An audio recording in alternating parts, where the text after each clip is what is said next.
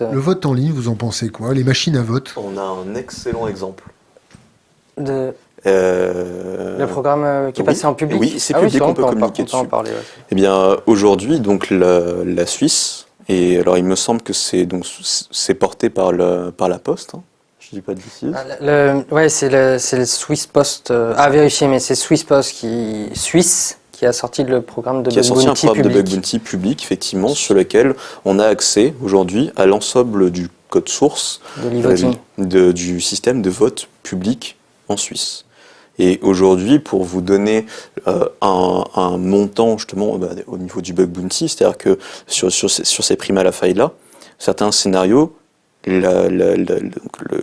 l'entité qui gère ce programme de Bug Bounty-là est prête à rémunérer jusqu'à, il me semble, 230 000 euros une unique faille sur ce système en tout cas de vote. C'est-à-dire qu'il y a une réelle attribution de moyens, une prise de conscience de la nécessité d'impliquer des chercheurs du monde entier pour venir endurcir un système. Puis d'une certaine manière, enfin, je pense que c'est l'appât du gain et le montant des récompenses proposées doit aussi faire se poser la question à certains, en disant ouais, ça peut être intéressant de le faire dans un contexte où c'est cadré, tout est prêt, enfin c'est légal quoi. Ça peut peut-être commencer à faire changer les esprits. Question internet. 230 000 euros, c'est pas peu cher pour truquer une élection par un autre État?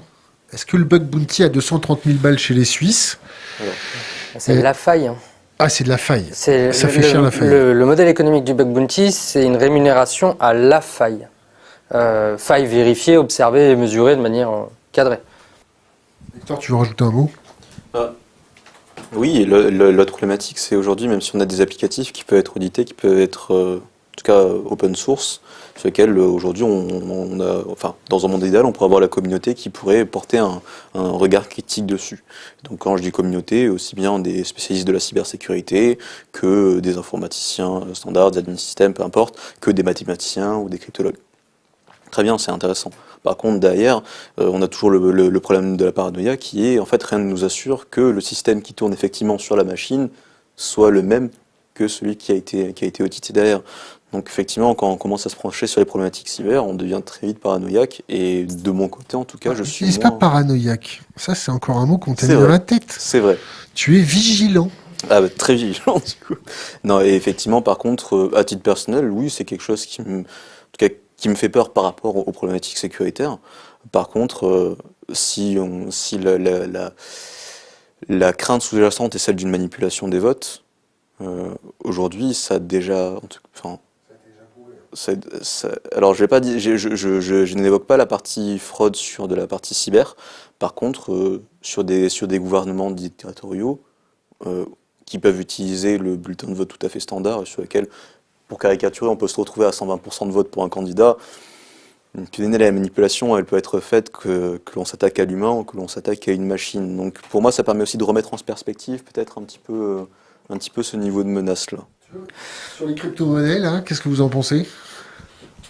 Sur le plan solution, décorrélé de l'aspect financier spéculatif, sur le plan techno, c'est une tuerie ce qu'on va pouvoir faire avec. Il y a des possibilités en termes de mode de fonctionnement qui sont vraiment super intéressantes. Sur des cas d'usage, l'aspect acte notarié, le coût des assurances décentralisées.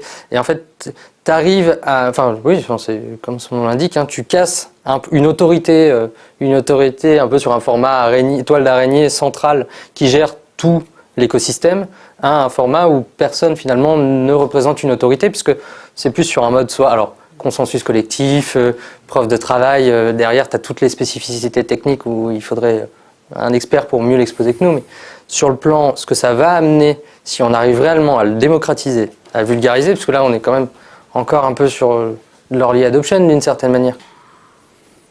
C'est prometteur. Derrière, après, bon, il y a tous les enjeux. Certaines personnes soulèvent les problématiques écologiques, d'autres soulèvent les problématiques liées à l'aspect financier des ransomware, etc. Bref, il y a beaucoup de controverses. La tech est très sympa. Il y a beaucoup à faire.